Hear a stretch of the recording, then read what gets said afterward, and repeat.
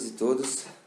Estou aqui para apresentar uma prévia sobre a minha apresentação no Encontro Nacional de Filosofia do Amapá e Encontro Nacional de Investigação Filosófica, né?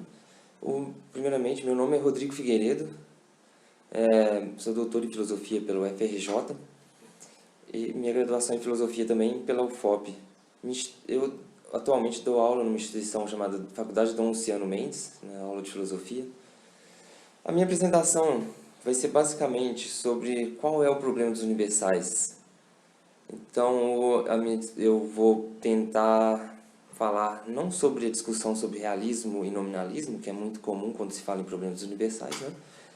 Mas vou falar sobre uma discussão, mas vai ser uma discussão exatamente sobre qual é o problema dos universais, antes de uma resposta realista ou nominalista, né? Então, esse é o foco da minha apresentação. O ponto de partida dessa apresentação vai ser um artigo de um filósofo chamado Gonzalo Rodrigues Pereira.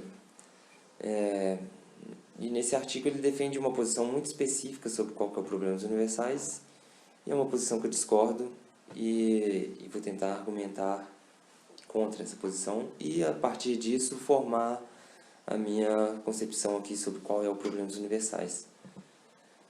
Ele faz uma distinção básica, a princípio, só para explicar muito rápido qual é o ponto dele, né? Ele faz uma distinção ele fala sobre uma distinção, né, de dois tipos de problemas ontológicos.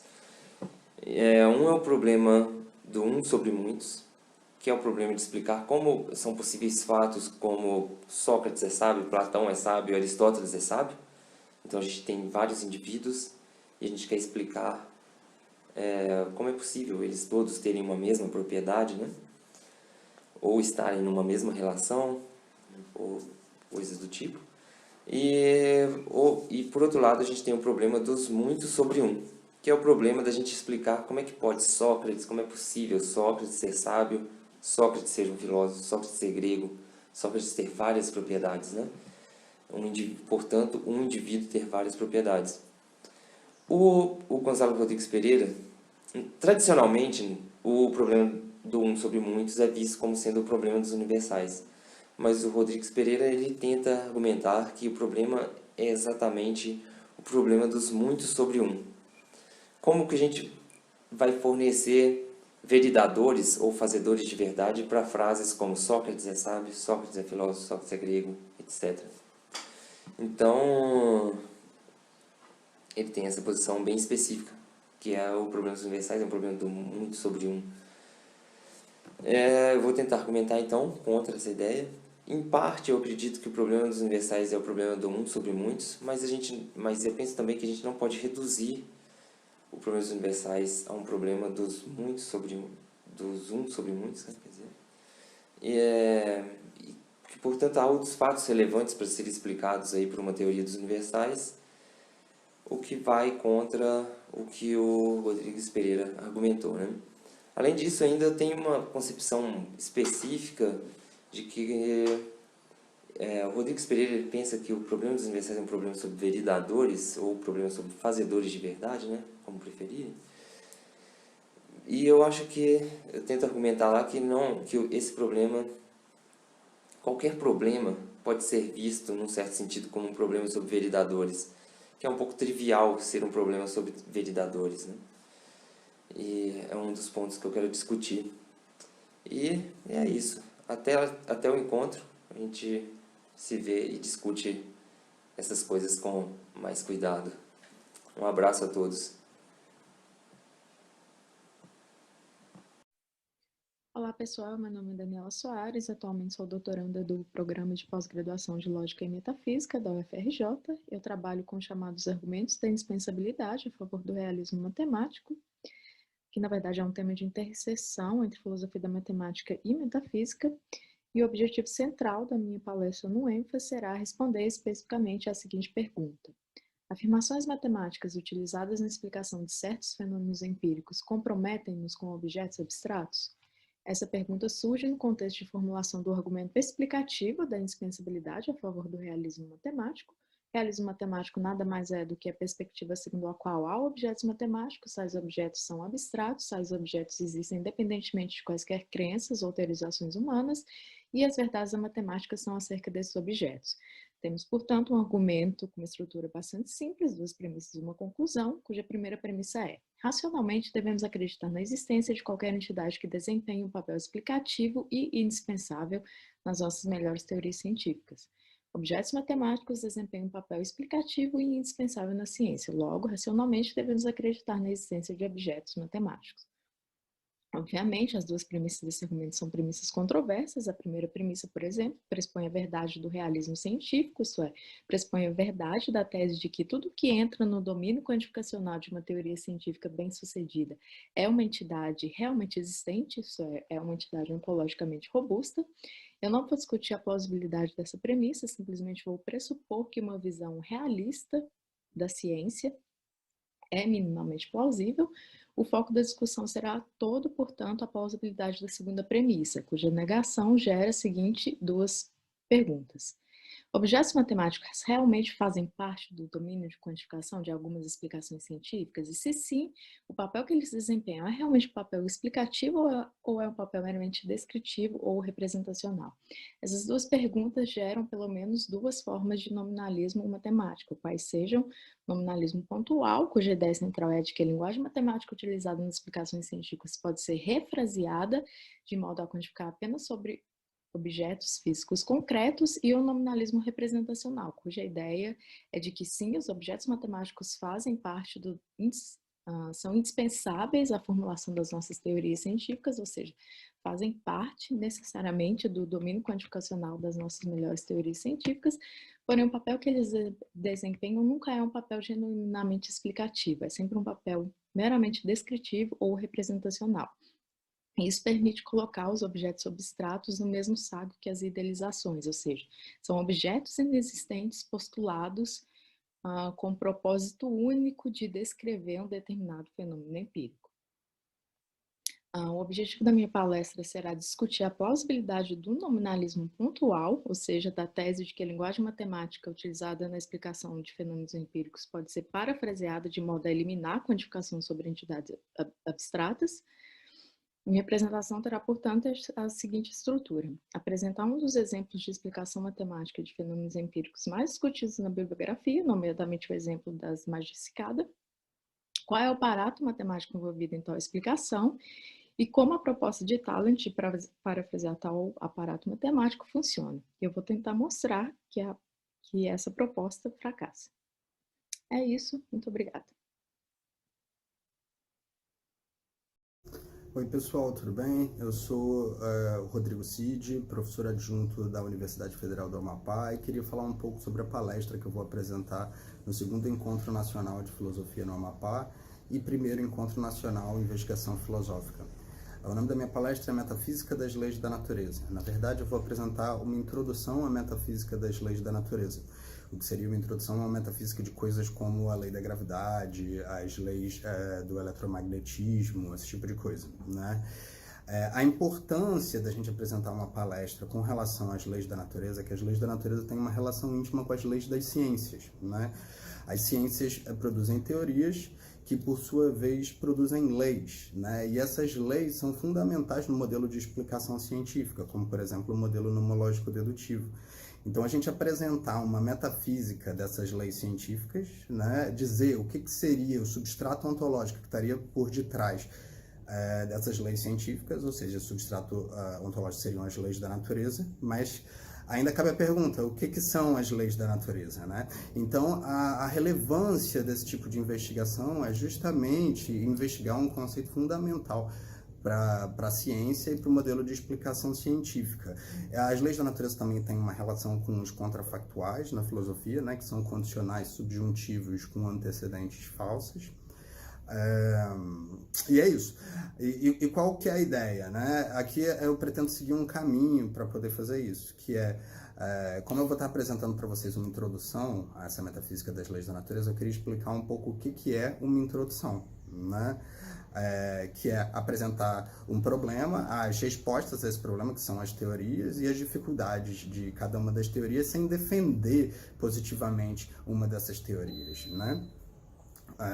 E depois de mostrar o que é uma introdução, eu vou tentar mostrar o que é a metafísica, né? E o que são as leis naturais, para poder apresentar para vocês o que vai ser uma introdução à metafísica das leis naturais. E aí a gente passa a tratar do problema, que é justamente o problema de saber qual é o status ontológico das leis da natureza, né? E a gente tem... saber do status ontológico envolve dizer qual é a natureza dessas leis da natureza, né? Assim, o que elas são? Elas são a lei da gravidade é uma coisa que está dentro dos objetos, que está fora dos objetos, que controla, que governa os objetos, ou que expressa apenas uma coincidência cósmica, né? E qual a origem das leis da natureza, se é que elas têm alguma origem ou são eternas, né? Então, a gente vai lidar com as respostas, né, a essas perguntas. As respostas tradicionais formam as 4 teorias mais tradicionais das leis da natureza. A gente tem outras teorias, mas eu vou apresentar só as tradicionais, que são 2 formas de realismo e 2 formas de antirrealismo.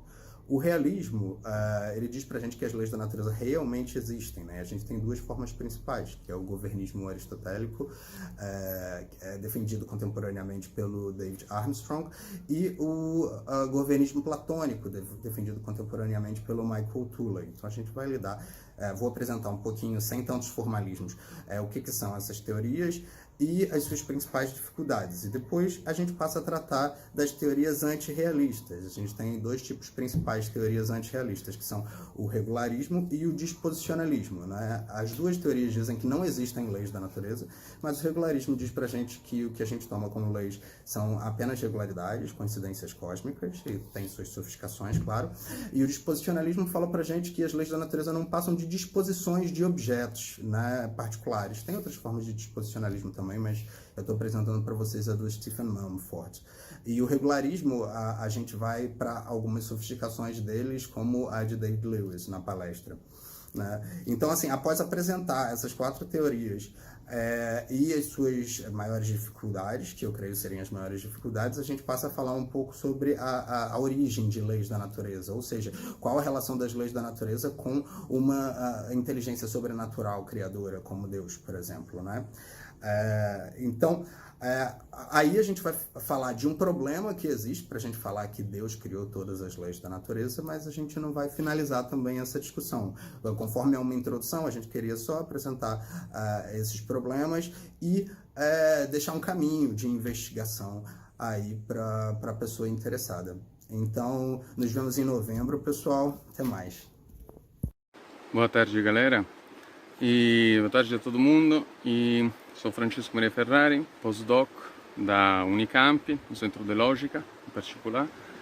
E na próxima palestra que vou apresentar o segundo encontro de filosofia no Amapá, vai ser uma palestra sobre a teoria dos processos, metafísica dos processos.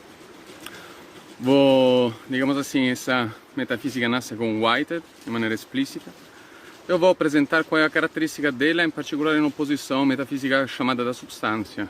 E, em particular, a grande distinção que eu vou tentar marcar desde o começo da tratação do Whitehead é o fato que as entidades básicas assumidas por essa metafísica são entidades especificamente dinâmicas, contrariamente àquelas estáticas, indivíduos não ulteriormente caracterizados da metafísica da substância. E então vamos a tratar quais são as características essenciais da metafísica do processo, em particular o fato que a metafísica do processo é uma metafísica que essencialmente chama a atenção sobre o caráter emergencial e holístico das entidades do mundo. Então vou apresentar uma análise em forma analítica da noção de superveniência e de emergência, e vou mostrar também qual pode ser o eventual modelo empírico que a metafísica dos processos consegue se ligar. Uma coisa muito importante dessa metafísica é exatamente o fato que é uma metafísica essencialmente naturalista. E acho que vou apresentar por 30, 40 minutos e espero que todo mundo vai gostar. Um abração aqui do Rio Macaé. Um abraço. Tchau. Olá pessoal, meu nome é Ramon de Oliveira Nunes. Eu sou aluno de doutorado do curso de pós-graduação em Lógica e Metafísica da Universidade Federal do Rio de Janeiro. E nesse vídeo eu quero fazer um pequeno resumo da minha apresentação no segundo Encontro Nacional de Filosofia da Universidade Federal do Amapá, onde eu pretendo discutir o tema essencialismo mereológico e o problema da persistência ao longo do tempo. Para quem não sabe, essencialismo mereológico é a tese segundo a qual todas as partes de um objeto são essenciais para sua existência e identidade, o que significa que qualquer mudança na estrutura das partes de um objeto, ou seja, qualquer adição, subtração ou troca de partes, seria suficiente para fazer com que o objeto deixasse de existir ou ser aquilo que ele é. Então, essa tese, que parece ser obviamente falsa e obviamente absurda, implicaria que se uma pessoa, por exemplo, perdesse um único fio de cabelo, isso já seria suficiente para que ela simplesmente deixasse de existir.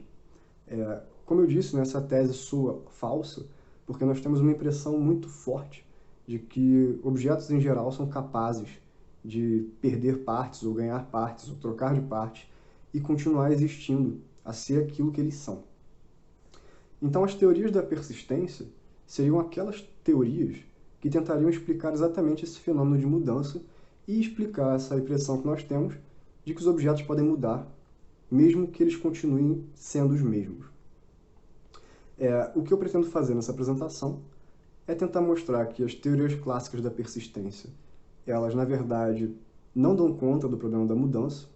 Na verdade, elas pressupõem o essencialismo mereológico e, portanto, elas não são explicações satisfatórias para a impressão que nós temos de que os objetos podem mudar e continuar a ser os mesmos através dessas mudanças. Uma outra coisa que eu quero fazer é propor uma hipótese de teoria da persistência com base no essencialismo mereológico, porém compatível com as nossas intuições sobre as mudanças que os objetos podem sofrer. Então a ideia é basicamente essa, e eu espero vocês no evento. E aí, beleza, pessoal? Meu nome é Raoni, estou aqui com o professor Jonas para a gente apresentar o resumo da nossa palestra, a Metafísica da Ciência. Vamos lá. No resumo dos resumos, a nossa motivação vai ser o realismo científico, para a gente discutir as relações entre metafísica e ciência, com foco em questões metodológicas, ou seja, como que essas duas áreas se relacionam. E vamos tentar, ao final, propor uma interação que a gente acha produtiva, que avança nesse debate. Vamos lá. O que é o realismo científico? Ser realista sobre algo, tradicionalmente, é acreditar na existência independente de determinado tipo de entidade. Então, um realismo metafísico vai acreditar na existência independente desse gatinho aqui, fora da minha mente, mesas, cadeiras, por aí vai. Um realismo matemático vai acreditar em estruturas, números. Um realismo ético em valores, e por aí vai. Seguindo esse mesmo raciocínio, um realismo científico vai acreditar na existência das entidades postuladas pelas melhores teorias científicas. Mas também um realismo científico é a tese segundo a qual essas teorias nos dizem como que é o mundo. E daí de cara já tem uma objeção, que essa atitude, uma atitude realista, genuinamente realista, deve ir além da ontologia, além dessa checklist aí de entidades.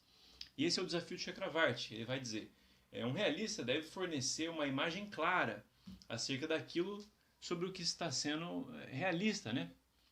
Então, o que são essas coisas segundo que você está acreditando, segundo as quais você é realista? Essa imagem clara, essa descrição, é uma descrição metafísica, que foge à descrição ontológica, ou seja, a descrição sobre aquilo que existe. Vai falar sobre a natureza dessas coisas, né? O que são essas coisas que existem. E temos duas abordagens em voga sobre que vão aceitar, né? Como que vão encarar esse desafio, que é a metafísica naturalizada e a abordagem viking à metafísica.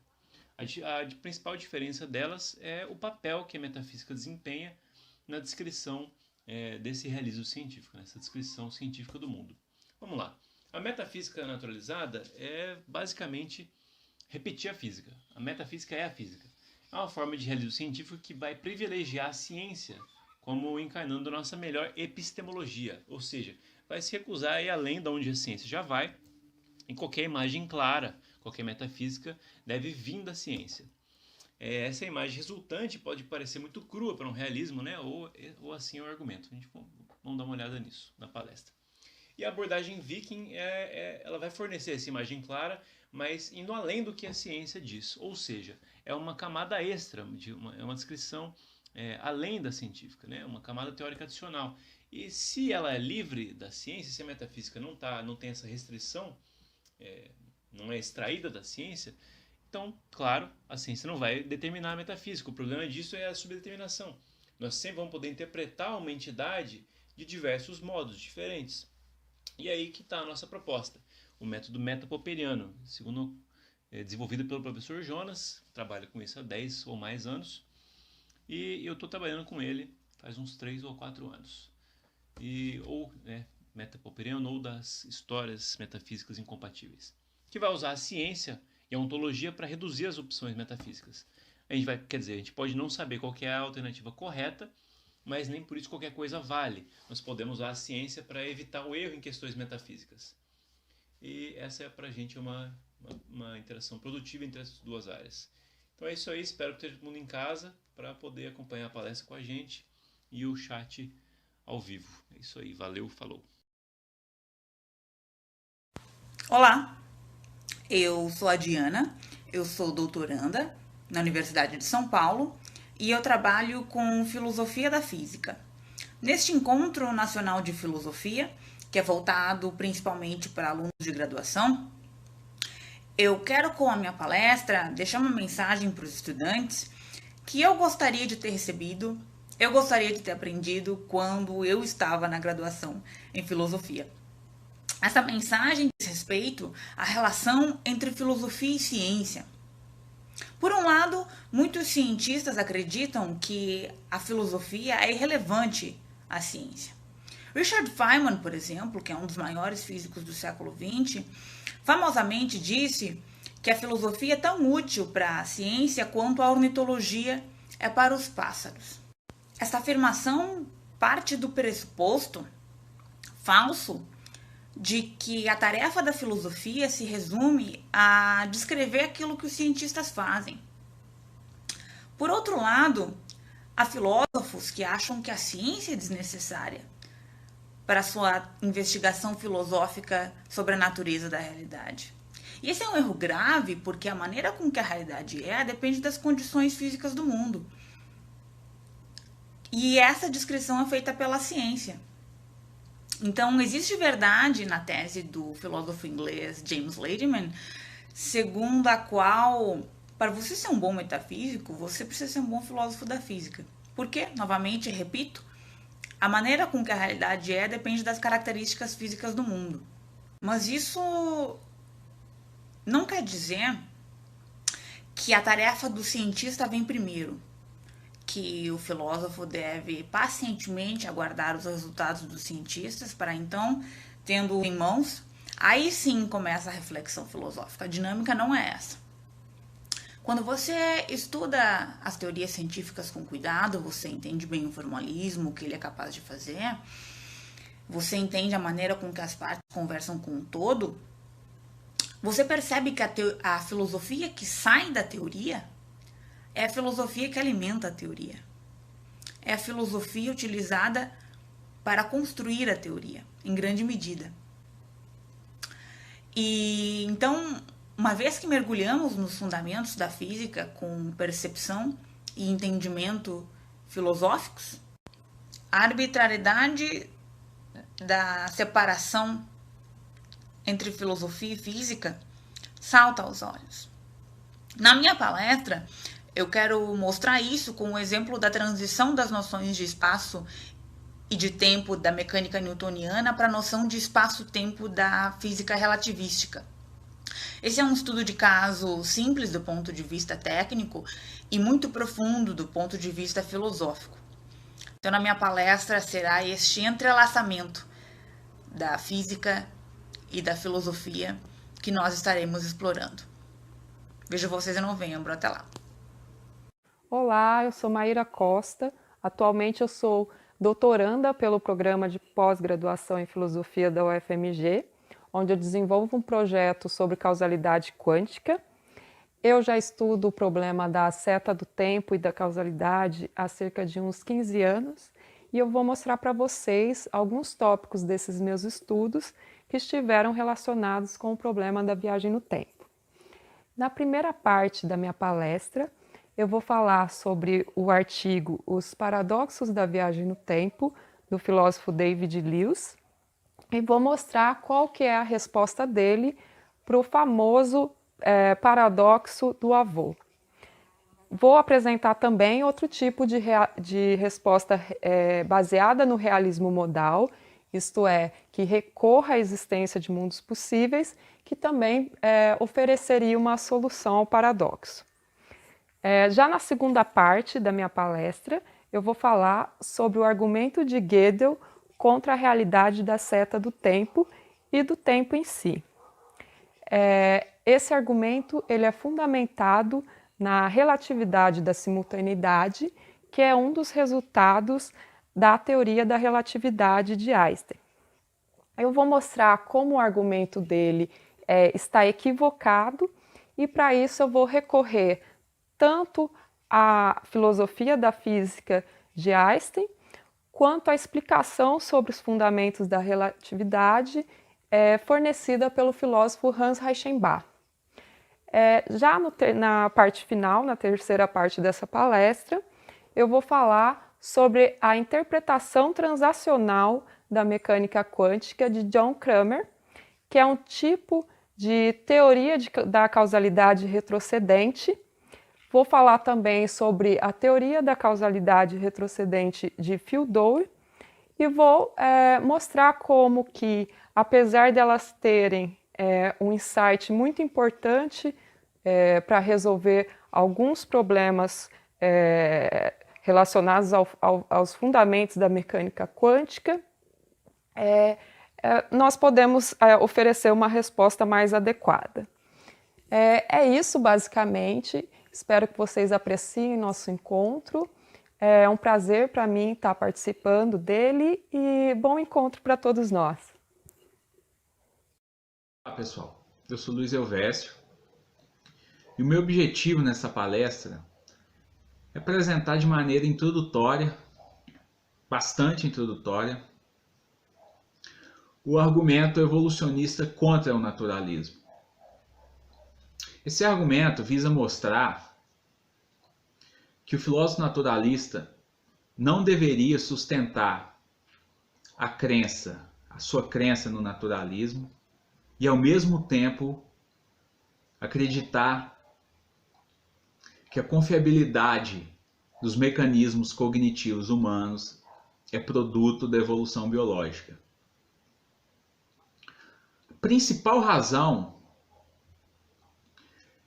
é a de que, do ponto de vista estritamente evolutivo, a verdade parece ser irrelevante para a sobrevivência.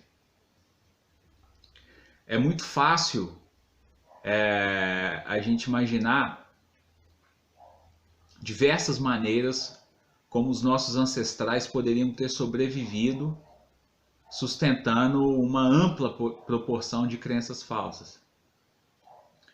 De modo que seria mais razoável esperar que a nossa cognição fosse infiável do que confiável. Bem, depois de apresentar aquela que eu considero a melhor versão do argumento evolutivo contra o naturalismo, eu vou apresentar algumas fraquezas desse argumento e, em seguida, vou apontar como é que as abordagens evolutivas padrão à cognição animal dão apoio à hipótese naturalista. Bem, é basicamente isso. Espero vocês lá. Tudo bem, pessoal? Quem está falando aqui é o Thiago Oliveira. Eu estarei presente no Encontro Nacional de Filosofia do Amapá, também Encontro Nacional do Grupo Investigação Filosófica, grupo de pesquisa do qual eu faço parte. E a minha palestra é o realismo científico e o problema da referência dos termos teóricos. Eu vou tentar entrar numa seara que é intermediária entre a filosofia da ciência e a filosofia da linguagem. Tá, né? O debate sobre o realismo científico é o debate sobre a capacidade que a ciência tem de nos informar como o mundo é nos seus aspectos inobserváveis, certo? E em relação à filosofia da linguagem, o que está em jogo é o problema da referência, ou seja, como é que os nomes são capazes de designar a realidade, as coisas, né? De que modo os nomes aderem à realidade, aderem às coisas que eles nomeiam, né? Qual é essa relação entre os nomes e aquilo que eles nomeiam? E do ponto de vista do realismo científico, o problema é justamente dos termos teóricos. Esses nomes que a gente tem para entidades como elétrons, como prótons, como certas partes, né, supostamente constitutivas da realidade, que não são acessíveis a olho nu. Então, como é que a gente sabe que um nome nomeia e como é que esse nome é levado para frente e de que modo esse nome continua sendo usado? Essas questões, que são propriamente da filosofia da linguagem, se aplicadas ao realismo científico, elas têm algumas consequências. A ideia que eu tenho para essa palestra é partir de um realismo científico específico, que é uma forma de realismo científico que a gente pode chamar de disposicional, tá? Que é um grande nome da atualidade desse realismo, é o Chakravarti, que é uma forma de realismo de uma certa maneira inspirada no realismo de entidades. É o realismo de entidades que nasceu com Ian Hacking e Nancy Cartwright em 1983. Ele tem uma característica específica de ser um pouco descrente em relação à verdade das teorias, mas pensando que há critérios que nos permitem alegar que existem certas entidades por conta das características causais que essas entidades têm, né, do nosso contato causal com essas entidades, o fato de que nós somos capazes de interagir com as propriedades dessas entidades. Então, o Chakravarti tem esse realismo disposicional, que ele pensa que as propriedades de uma teoria, né, as propriedades atribuídas a uma entidade, elas podem ser propriedades de detecção ou propriedades auxiliares. E se forem propriedades de detecção, elas têm muito mais chance de serem mantidas, mesmo se as teorias se modificarem num arranjo futuro, né, se as nossas melhores teorias forem substituídas por outras teorias que supostamente seriam melhores, que essas propriedades, chamadas propriedades causais, elas teriam que permanecer de alguma forma, seja mantendo a entidade ou seja na nova entidade que viria a substituir a entidade anterior.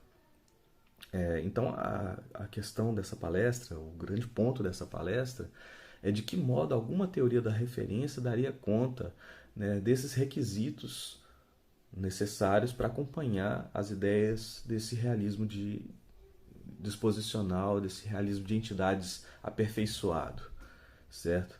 E aí eu tento entrar nas duas grandes teorias da referência que a gente tem, assim, que são mais paradigmáticas na história da filosofia contemporânea, que é a teoria das descrições, geralmente atribuída a Russell, uma teoria descritivista.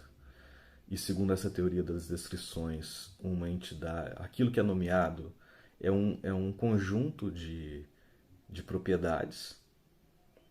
E obviamente se não há nada que se adeque a esse conjunto de propriedades, significa que aquele nome tem uma extensão nula, ele não aponta para nada.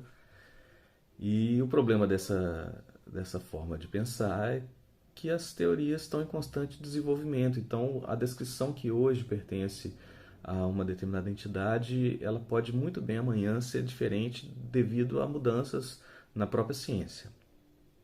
E a outra teoria da referência que é muito famosa é a teoria causal da referência, e que ela supõe que deve haver um elo entre o batismo de um objeto e o uso, né, histórico que se vai criando. Então, mesmo que as descrições mudem, basta que se conserve esse elo causal, esse elo histórico entre o momento do batismo e o momento do uso atual desse nome.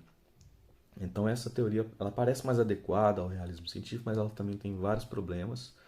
Então eu tentei nessa minha palestra falar um pouco sobre quais seriam as características de uma teoria da referência que características uma teoria da referência deveria ter, né, para se adequar a esse realismo científico. Coloco alguns problemas nessas duas teorias, né? Será que só essa teoria ela é suficiente? E até que ponto ela falha, etc. E eu fiz uma pesquisa que me permitiu encontrar pelo menos um caminho possível para adequar ao realismo científico uma teoria da referência causal refinada. Então eu quero terminar a palestra enunciando um pouco essa proposta de uma teoria refinada. Mas a grande ideia é justamente que é preciso ter uma teoria da referência que permita modificações enormes, né, no modo de se pensar, na descrição daquela entidade, e é preciso ser falível, né, no sentido de que pode ser que um nome fique para trás, como já aconteceu na história da ciência, né, de alguns termos, como éter, calórico, flogisto, serem abandonados em função de uma nova teoria que dispensou a existência dessas entidades. Então, de que modo a gente pode falar adequadamente sobre, por exemplo, o ar deflogisticado é oxigênio ou é outra coisa, e até que ponto uma teoria da referência dá conta dessas questões que a história da ciência apresenta? Bom, basicamente é sobre isso que eu quero falar. Um abraço, nos vemos em novembro. E aí, pessoal, tudo bem com vocês? Eu me chamo Kerian Gracher e sou doutor pela Universidade Federal de Santa Catarina. Nesse evento, eu vou apresentar uma palestra intitulada Lógicas Clássicas e Não Clássicas e Suas Negações.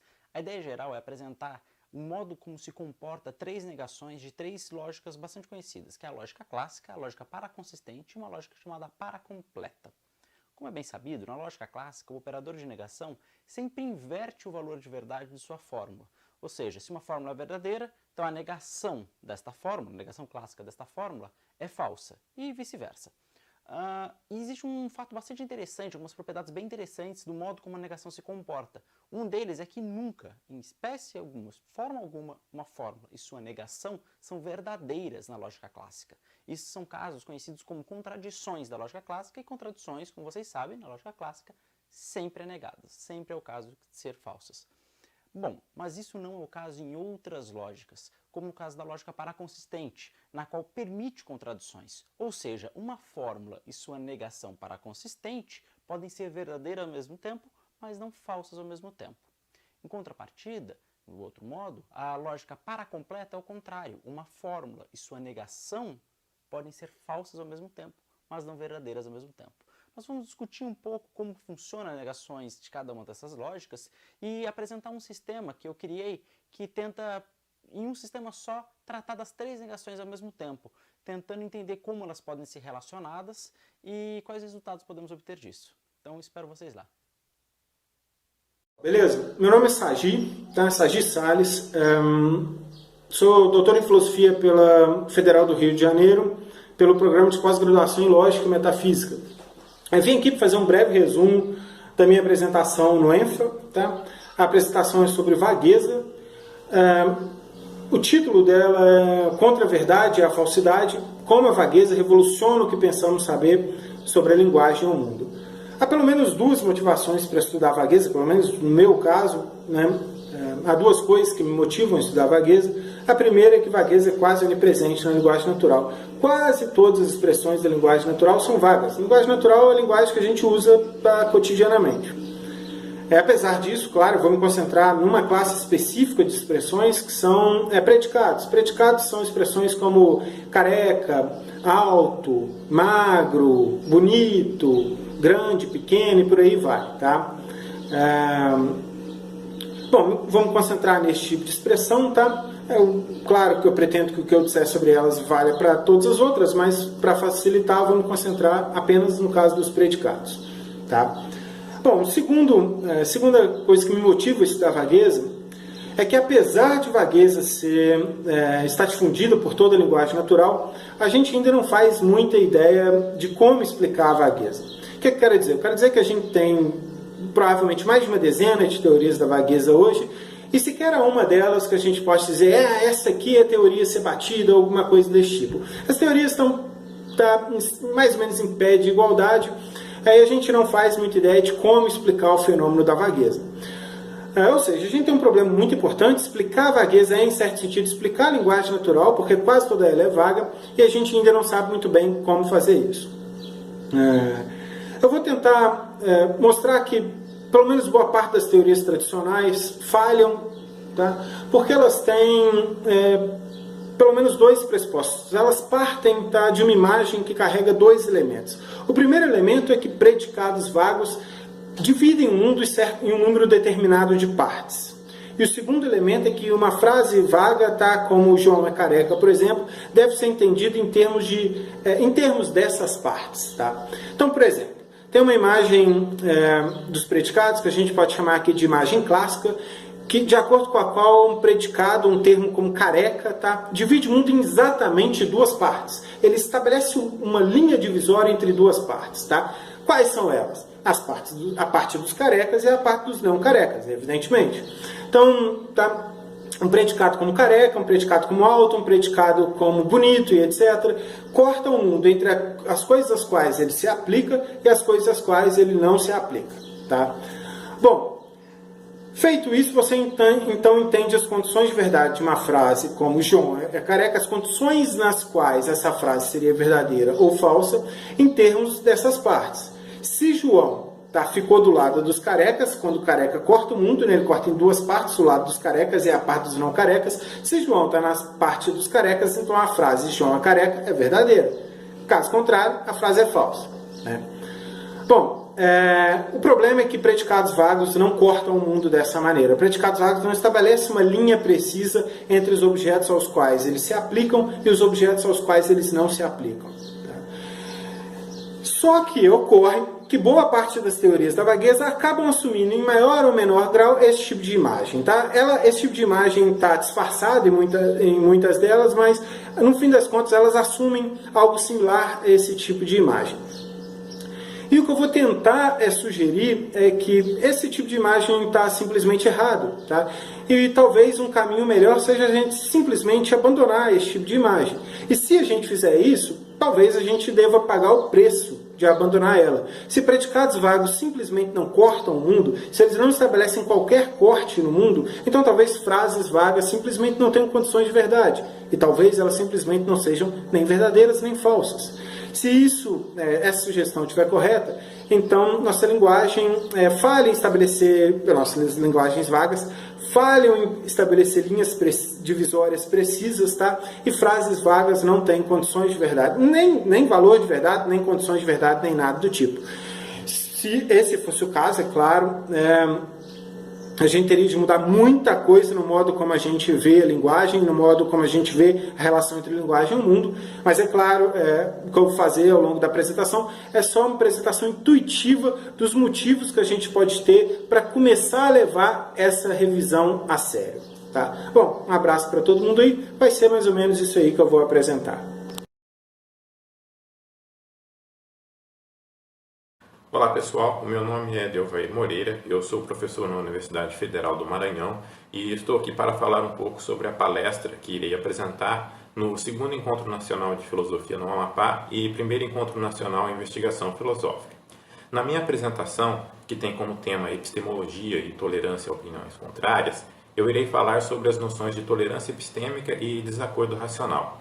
Na literatura filosófica, tanto em epistemologia quanto em filosofia da ciência, o livre desacordo de opiniões e teorias e a pluralidade de ideias costumam ser vistos como situações epistemicamente benéficas. Por outro lado, as situações opostas, como o consenso dogmático ou a censura de ideias, são vistas como epistemicamente ruins.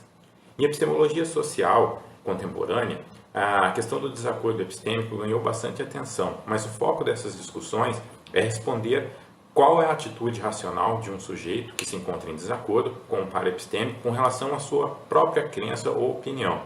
Mas pouco tem se falado quanto à atitude do sujeito com relação à crença ou opinião contrária. Para alguns filósofos, a tolerância seria essa atitude apropriada, justamente porque a existência de desacordos para esses pensadores é benéfica do ponto de vista epistêmico. Então, em minha apresentação, eu pretendo discutir algumas questões como que tipo de benefícios epistêmicos o desacordo pode trazer e em que consiste ser tolerante epistemicamente, além de outras questões relativas à tolerância e ao desacordo racional. Então é isso, eu aguardo vocês lá. Olá, tudo bem? Meu nome é Daniel Schiochetti e a proposta da minha fala no segundo ENFA é falar sobre metáfora. A metáfora, de um modo geral, é tida como um fenômeno linguístico que supõe uma diferença entre o que é literal e o que é metafórico, ou aquilo que não é literal, né? As teorias da significação, que pretendem então dizer como que a linguagem funciona, possuem uma premissa bastante radical e eu diria quase um tanto quanto positivista. A linguagem significa porque representa ou afigura a realidade. Essa realidade pode ser dura ou pode ser móvel, pode ser composta de entidades ou pode ser composta de processos, tanto faz. A força significativa da linguagem é possível, pois nós, que falamos, seríamos capazes de dizer o mundo e o mundo pode ser dito por meio da linguagem. Quando assumimos que este é o caso, parece ser necessário assumir que uma metáfora é no mínimo problemática. Nela, apenas tateamos algo que, em último caso, pode ser dito de forma literal quando viermos conhecer melhor o mundo ou quando conseguirmos articular melhor as nossas palavras. Ora, entender que a linguagem é significativa porque representa ou afigura o mundo é assumir uma certa explicação de como o mundo funciona, de como o mundo é, ou é assumir uma espécie, ou é assumir uma ontologia, né? Há um mundo, processos, indivíduos, realidade, e há a linguagem e seu reino de significações que, em último caso, precisam estar radicados em algum lugar, em um mundo ideal. Será que não é possível pensar de outra forma? Dois autores, Lakoff e Johnson, em dois clássicos textos que usam teorias cognitivistas, da neurociência, da psicologia cognitiva, da linguística cognitiva, defendem uma noção de significatividade radicada não somente no uso prático da linguagem, como principalmente na função cognitiva que a linguagem possui. Significados, no registro desses autores, não são representações ou afigurações de uma realidade. Significados são mapas, conjuntos de orientações que permitem a nossa coordenação corporal com o mundo e a nossa coordenação pragmática em sociedade. Metáforas linguísticas, para esses autores, seriam a superfície desses processos de coordenação e acoplamento com a própria realidade. Elas, as metáforas e outros processos cognitivos semelhantes, são a base de nossos processos significativos. Ora, esse modo de entender a linguagem e a sua função cognitiva supõe uma outra noção de significatividade. A dualidade mundo-representação ou mundo-afiguração precisa ser substituída por uma outra metafísica ou por uma outra ontologia. A minha sugestão, então, é propor uma ontologia deleuziana para pensar a relação entre linguagem e mundo e entender, portanto, a primazia da significação metafórica frente à significação literal. Explorar essa metafísica de processos, de fluxos, de intensidades, que não pode ser resumida a uma dualidade mundo-linguagem, mas que se replica em um plano de multiplicidades, vai ser o objetivo da minha fala no segundo ENFA. É isso, até lá, até mais, tchau, tchau. Bom dia, boa tarde, boa noite. O meu nome é Sérgio Farias de Souza Filho e eu vou apresentar um trabalho no primeiro Encontro Nacional de Investigações Filosóficas e o segundo Encontro Nacional de Filosofia no Amapá. O tema do meu trabalho será a assim chamada intencionalidade, a capacidade de estados mentais de representarem o mundo. Objetos no mundo, estados de coisa, etc. Por exemplo, quando você vê uma vaca, e você representa aquele objeto como sendo uma vaca, isto é uma representação mental. Você está tendo um estado mental com um certo conteúdo mental, a saber, aquela vaca. O conteúdo mental de um estado representacional é precisamente a maneira pela qual aquele estado representa o mundo. Então, por exemplo, a sua representação de uma vaca tem um conteúdo diferente da sua representação de um cavalo, porque o primeiro representa uma vaca, a primeira representa uma vaca e a segunda representa um cavalo. A intencionalidade é, historicamente, uma capacidade de estados mentais que gera muitos problemas filosóficos, que é precisamente você explicar o que é a intencionalidade e como é possível para estados mentais possuírem intencionalidade. Na filosofia contemporânea, pode-se dizer que a ortodoxia na abordagem deste problema é o naturalismo, que tenta explicar como estados mentais podem ter intencionalidade em termos puramente naturais, apelando para tão somente propriedades de estados naturais.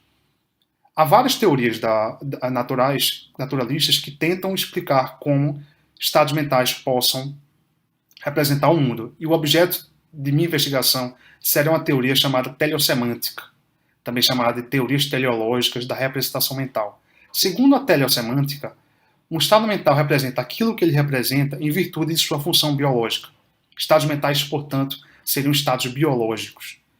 A questão que se coloca, então, a partir daí é, primeiro, claro, o que é uma função biológica, em detrimento de funções não biológicas, e segundo, se é possível para esta noção de função biológica determinar por si só a capacidade de estados mentais representarem o mundo, em especial determinarem o conteúdo de estados mentais representacionais. Este será precisamente o tópico de minha palestra, no qual eu irei precisamente avaliar certos problemas que ameaçam a viabilidade da teleossemântica enquanto uma teoria naturalista do conteúdo mental. Espero vocês todos até lá e tchau, tchau. Olá pessoal, meu nome é Giovanni Rola, eu sou professor da Universidade Federal da Bahia e no nosso evento eu vou falar sobre evitando a lacuna entre a cognição básica e a cognição superior, estratégias de escalonamento e pluralismo explanatório. O meu objetivo nessa fala é apresentar uma objeção tipicamente levantada às abordagens ecológica e inativa da cognição.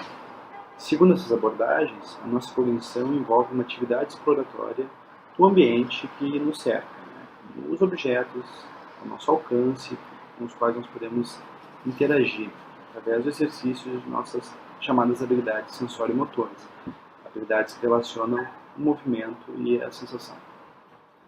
Uma objeção tipicamente levantada a essas abordagens é de que, embora elas sejam capazes de explicar a emergência da cognição básica, elas são incapazes de explicar as nossas performances cognitivas para objetos potencialmente ausentes, no caso de lembranças, imaginações, pensamentos contrafactuais e assim por diante. Nesses casos, não parece haver um ambiente imediato com o qual nós podemos interagir e exercer nossas habilidades sensório-motoras. E surge então uma chamada lacuna explanatória entre a cognição básica e a cognição superior. Eu vou tratar na nossa fala de duas estratégias de escalonamento, uma delas que tenta explicar como a cognição superior emerge a partir da cognição básica, outra delas que tenta mostrar como a cognição superior pode ser compreendida em termos de cognição básica, em termos de exercícios de habilidades sensório-motoras. Vou falar também sobre o pluralismo explanatório, a ideia de que nem todas as nossas capacidades cognitivas devem ser explicadas através de uma única abordagem nas ciências cognitivas. Talvez a gente precise fazer concessões, fazer um trade-off entre abordagens para conseguir desenvolver uma explicação compreensiva e prolífica da cognição. Obrigado, eu e minha gata. Vemos vocês lá. Tchau, tchau.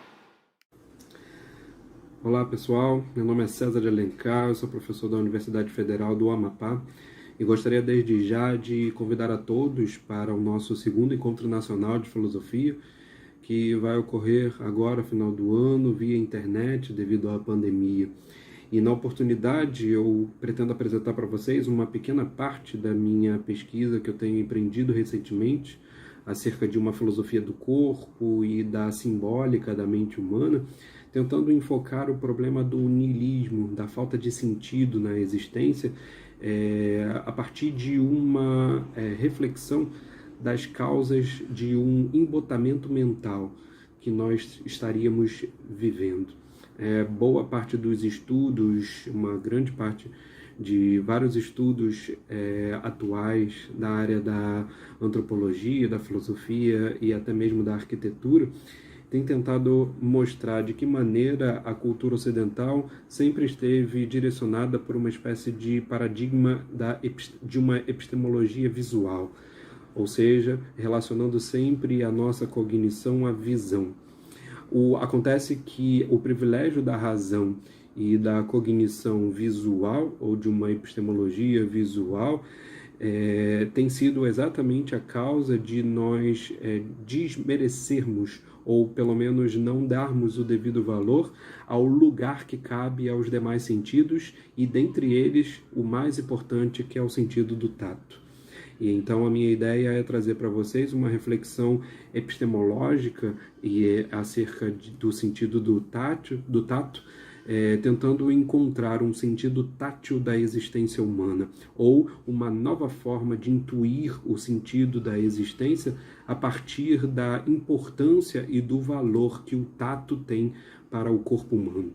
Então eu espero vocês no nosso Encontro Nacional de Filosofia e na oportunidade em que eu estiver para apresentar esse diálogo com vocês também. Um abraço a todos e até lá. Oi, meu nome é Rafael César Pitti, eu sou professor de filosofia na Universidade Federal do Amapá e sou doutorando em estudos literários pela Unesp Araraquara. Eu vim convidar você que está me assistindo a participar do Encontro Nacional de Filosofia no Amapá, a ocorrer online este ano, entre vários palestrantes e comunicadores. A minha palestra ela vai ser exclusivamente voltada para falar de Empédocles e os mitos. Então, para quem gosta de literatura antiga, grega, cultura grega, filosofia pré-socrática, a participação é obrigatória, tudo bem? Então, até lá! Olá pessoal, tudo bem? Sou Paulo Roberto, professor de filosofia na Universidade Federal do Amapá e também doutorando no programa de doutorado da Unesp em estudos literários. Farei uma participação no segundo Encontro Nacional de Filosofia, cuja temática será considerações a respeito dos aspectos filosóficos fundamentais da literatura sartreana. Como o próprio tema sugere, no nosso diálogo, na nossa conversa, nós faremos aqui algumas considerações, algumas anotações que, segundo a leitura que nós vimos desenvolvendo, consideramos importante ressaltar, revisitar esses aspectos e conceitos fundamentais do existencialismo de Sartre, mas numa ótica literária, ou seja, a partir da sua literatura, como que a literatura de Sartre aparece, manifesta, expressa essas temáticas que fazem parte da sua filosofia. Considero importante revisitar esses conceitos como angústia, responsabilidade, escolha, liberdade, conceitos importantes que transitam dentro do existencialismo sartreano, em virtude mesmo dessa situação que nós vivemos, um contexto cultural, social, uma atmosfera bastante difícil, em que nós vivemos na atualidade, em termos até de nível mundial, pode-se dizer assim. Então, o nosso objetivo será esse, dialogar com a filosofia e a literatura. De que maneira a filosofia e a literatura estabelecem uma relação de integração, de integralidade, de intercomunicação a partir da literatura de Sartre. Aproveito para reforçar o convite para que todos possam vir participar do segundo Encontro Nacional de Filosofia, que acontecerá de 16 a 21 de novembro, tá? Não deixe de participar, sua presença é extremamente importante. Um grande abraço e até lá.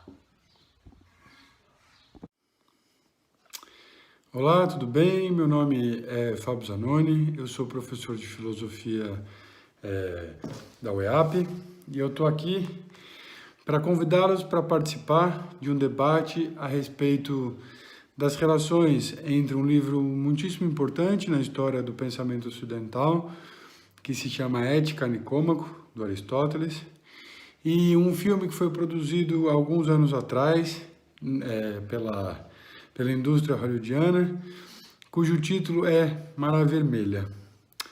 Como é evidente, não se trata de dizer que o roteirista ou que o diretor do filme tenham pensado ou que tenham lido a obra do Aristóteles para produzir o filme. No entanto, o que eu vou tentar mostrar para vocês é que por meio da tematização do filme, a gente se torna, por assim dizer, capaz de compreender com mais afinco e com mais profundidade aquilo que se encontra na ética a Nicômaco, certo? Em última instância, o que eu vou tentar mostrar para vocês é que a contemporaneidade é marcada por uma certa noção de ética que é muitíssimo empobrecedora.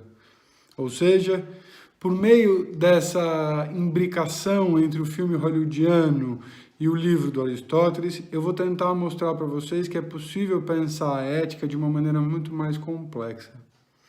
A começar pelo fato de que, via de regra, o nosso mundo atual tende a definir a ética como uma espécie de atitude que é ética, contanto que seja conforme a um conjunto de códigos, via de regra, prescritos por alguma forma de instituição, como a família, a igreja, a mídia e assim por diante. Ou seja, o que a gente vai tentar ver e conversar a respeito é justamente a respeito do fato de que a ética é, antes de tudo, uma relação de poder.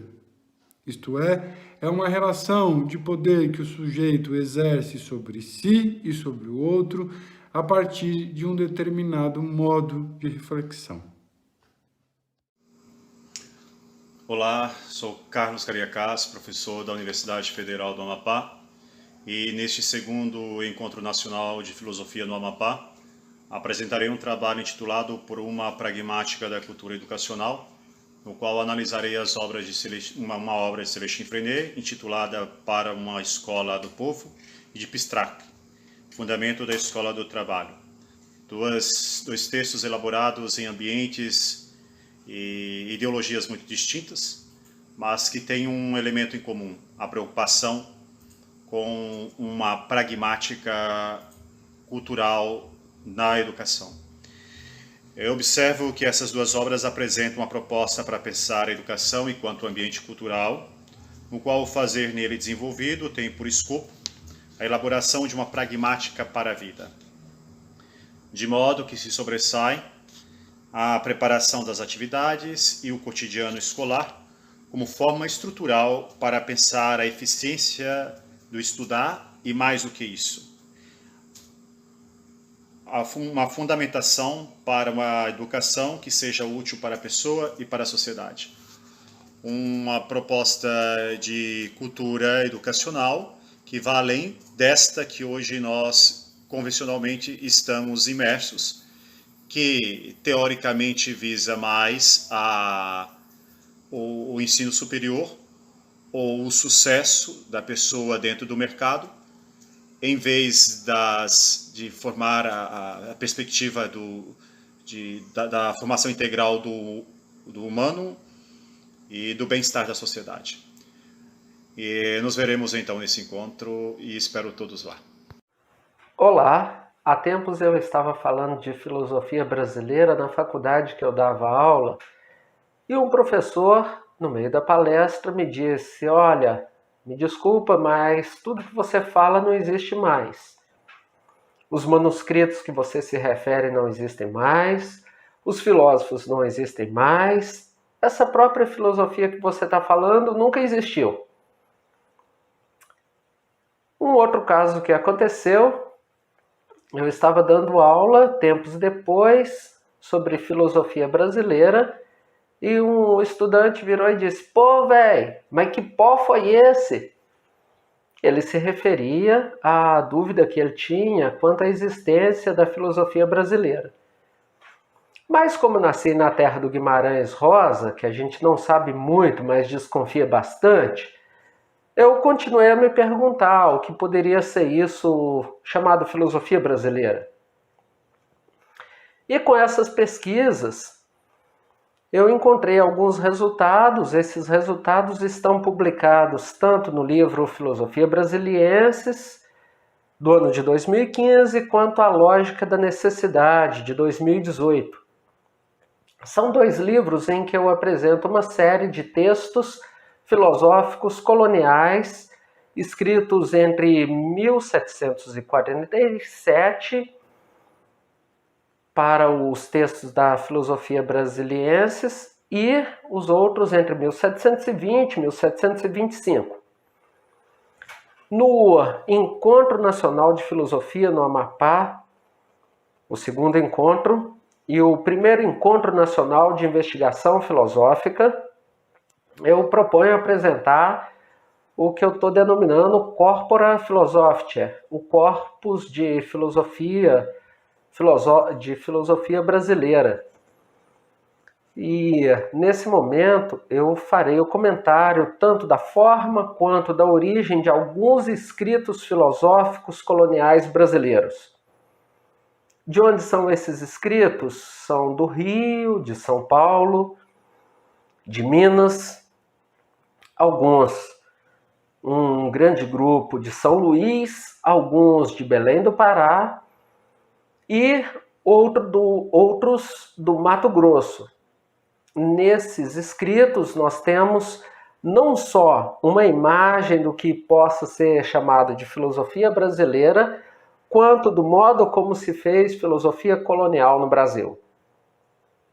Então, convido a todos vocês que possamos nos encontrar no dia 19 de novembro, às 20 horas, para falar desses escritos coloniais de filosofia brasileira. Até lá e um abraço. Eu sou Lúcio Marques e trabalho na Universidade Federal do Triângulo Mineiro.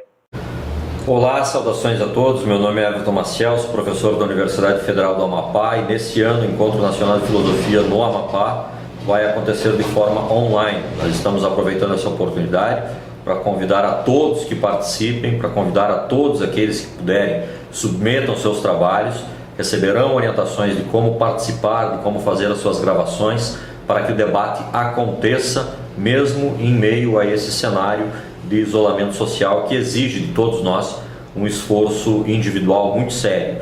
A minha fala vai se dar especificamente no Dia da Tolerância. Essa data existe e nós vamos nos aproveitar desse pretexto para discutir a Carta à Tolerância do grande filósofo inglês John Locke e para ver paralelos daquele período da modernidade com esse período que nós estamos vivendo aqui nesse momento, com o chamado paradoxo da tolerância do Karl Popper. Uma ideia que foi resgatada a partir do livro do Karl Popper no século XX, Sociedade Aberta aos Seus Inimigos, e que de certa forma é uma espécie de paradoxo geral a respeito do funcionamento da liberdade civil nas sociedades modernas. Então nós nos encontramos em novembro, saudações a todos, se inscrevam. Olá a todas e a todos, eu me chamo Bruno Islan Gonçalves dos Santos, eu sou professor da Universidade Estadual do Centro-Oeste do Paraná e doutor pela Universidade Federal de Santa Catarina.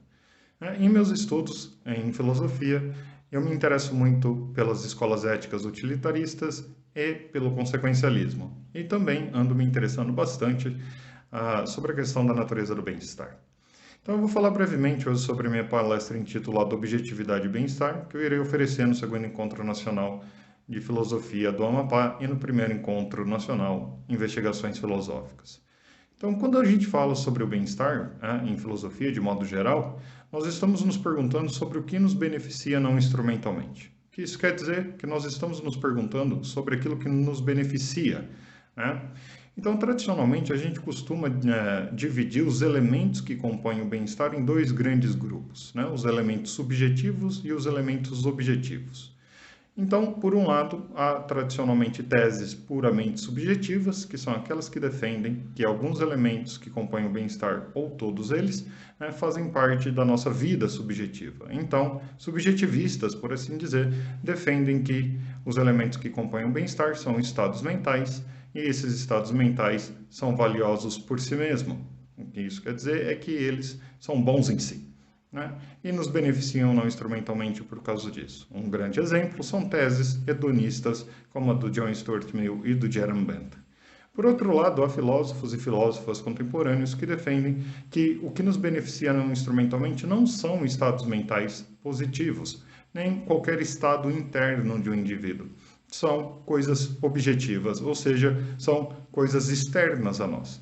O que isso quer dizer é que, seja lá o que for que nos beneficia não instrumentalmente, não depende da gente ter um estado mental X ou Y. Então, coisas que nos beneficiam não instrumentalmente e que são objetivos, né, alguns candidatos, a amizade, por exemplo, realizações significativas e assim por diante. Reparem que essas coisas seriam boas em si mesmo e, então, iriam compor e incrementar o nosso bem-estar. Então, nesse sentido, né, há ainda quem defende que o bem-estar não é composto nem só por elementos subjetivos, como o prazer, por exemplo, nem só com elementos objetivos, como a amizade, por exemplo, né, mas sim é composto por ambos elementos. E esses defensores defendem teorias que nós chamamos de teorias híbridas ou teorias mistas. Mas seja lá qual for os elementos que compõem o bem-estar, todos eles argumentam que essas coisas são boas por si, e por isso incrementam e compõem o nosso bem-estar. Bem, mas na minha palestra eu estou interessado em saber se é possível a gente fazer uma boa descrição do bem-estar recorrendo apenas a elementos objetivos. Qual é a plausibilidade dessa ideia? É isso que eu estou interessado. E para que a gente chegue nesse resultado, né, saber, afinal de contas, se elementos puramente objetivos podem compor ou incrementar o nosso bem-estar, a gente vai passar por 3 problemas, né? Primeiro, como nós devemos separar o que é supostamente objetivamente valioso para nós do que é supostamente valioso para nós de forma geral, né? Uma segunda questão é o que faz das coisas objetivamente valiosas para nós. Afinal de contas, se alguns elementos objetivos são valiosos, quais são as propriedades que fazem deles bons por eles mesmos?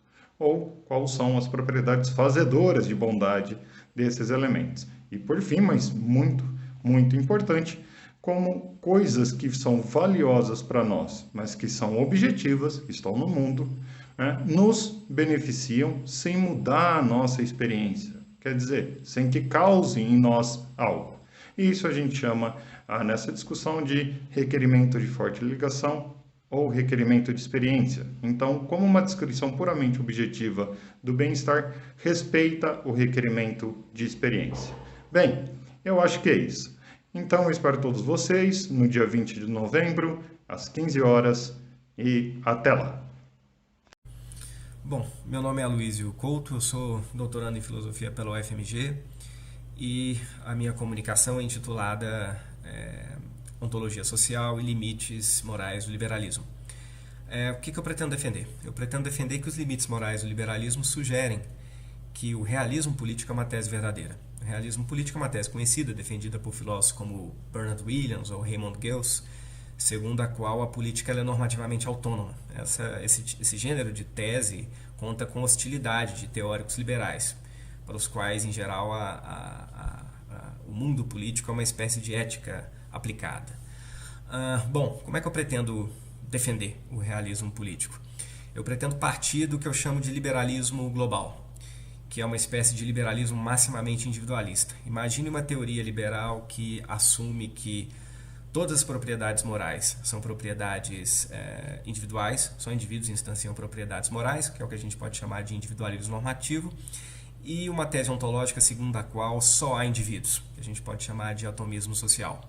O que eu defendo é que, se a gente aceita uma teoria com essas características, a gente vai estar aceitando uma teoria que ela é moralmente incompleta, no seguinte sentido: haverá certos princípios normativos que vão ser insuscetíveis de cumprimento ou de violação. Ou seja, esses princípios vão ser uma espécie de ponto cego, que essa teoria maximamente individualista não consegue lidar, não consegue resolver. É um problema isso. A gente tem uma teoria liberal com certas características e princípios normativos que, do ponto de vista dessa teoria, são insuscetíveis seja de cumprimento, seja de violação. Como resolver isso? Na segunda parte da minha apresentação, eu vou sugerir que existem coletivos, esses coletivos são capazes de agir, esses coletivos são capazes de agir moralmente e que esses princípios, em relação aos quais o liberalismo global é completamente cego, eles são, digamos assim, feitos sob medida para serem cumpridos por esses agentes coletivos. E dado que esses agentes coletivos eles são insuscetíveis de redução aos indivíduos que os compõem, parece que a gente tem aqui um certo gênero de princípios que só podem ser cumpridos ou violados por coletivos irredutíveis. Isso parece estabelecer, de certa forma, a verdade do realismo político. E é o que eu pretendo sugerir, que é razoavelmente novo, né, na minha argumentação, é que a via que eu vou tomar ela é primariamente ontológica. Eu não pretendo defender o realismo político do modo como as defesas mais comuns são feitas. É basicamente uma rota ontológica para chegar a esse resultado. Bom, olá, meu nome é Maria Carolina.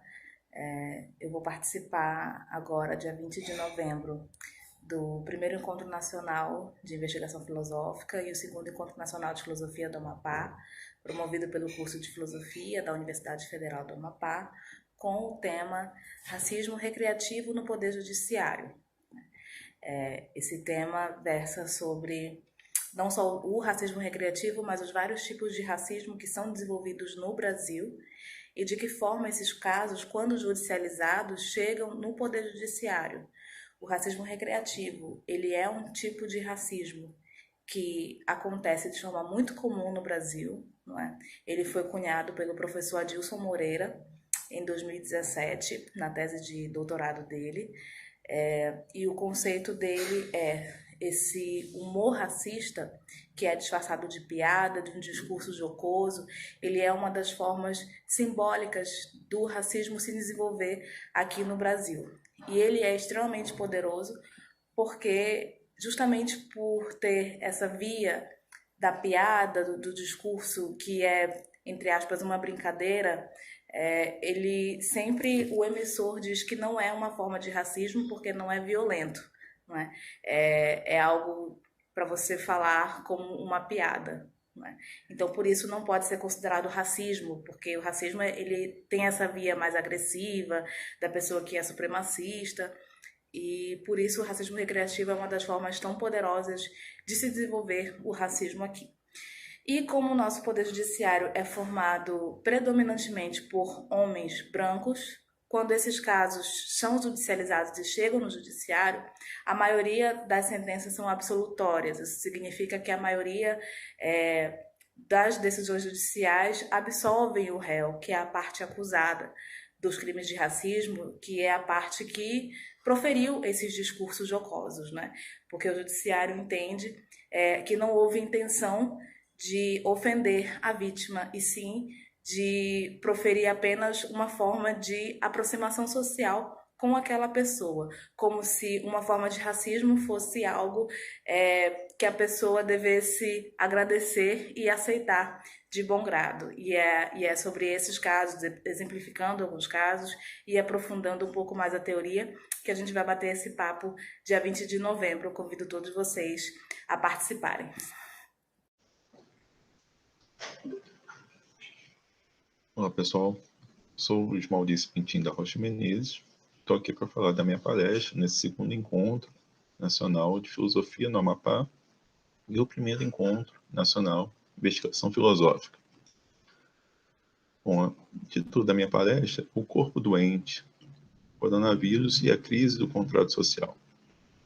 O que eu estou pensando com isso? Querendo fazer uma relação com a filosofia política e o problema do coronavírus, que é o nosso problema atual, nós estamos vivenciando. Então eu estou aqui preocupado em pegar essa analogia que o Thomas Hobbes ele vai fazer no seu livro Leviatã e usar essa analogia que ele constrói para pensar os dias atuais. O Hobbes elabora uma analogia entre o corpo natural e o corpo político.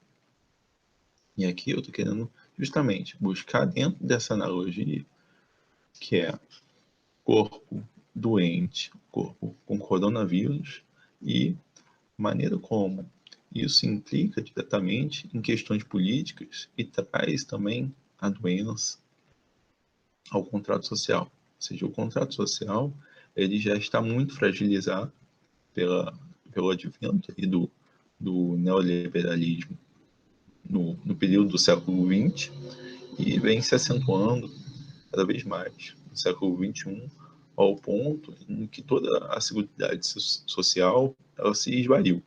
Então, há uma crise no contrato social auxiliada aí a essa crise de doença com o coronavírus, Covid-19. Então, o que eu trago aqui é uma reflexão para isso, para essa pandemia que nós estamos vivenciando e as implicações políticas por trás disso. Porque nós estamos não só uma doença para o corpo físico, mas também nós temos uma doença social que ela tem se alastrado. Então, o papel dos governos para lidar com isso, nesse momento de fragilidade social, aliado a isso, essa possibilidade, então, de pensar que é a própria da filosofia. A filosofia, então, política, ela tem o intuito de trazer essas questões para que elas possam ser pensadas, possam ser aí analisadas, e também quais seriam as possibilidades pós-pandemia que nós teríamos, né? Então, que mundos possíveis nós podemos pensar a partir disso? Então, pensando justamente dentro desse âmbito que nós estamos vivenciando, é que eu venho trazendo, então, a minha contribuição para a palestra.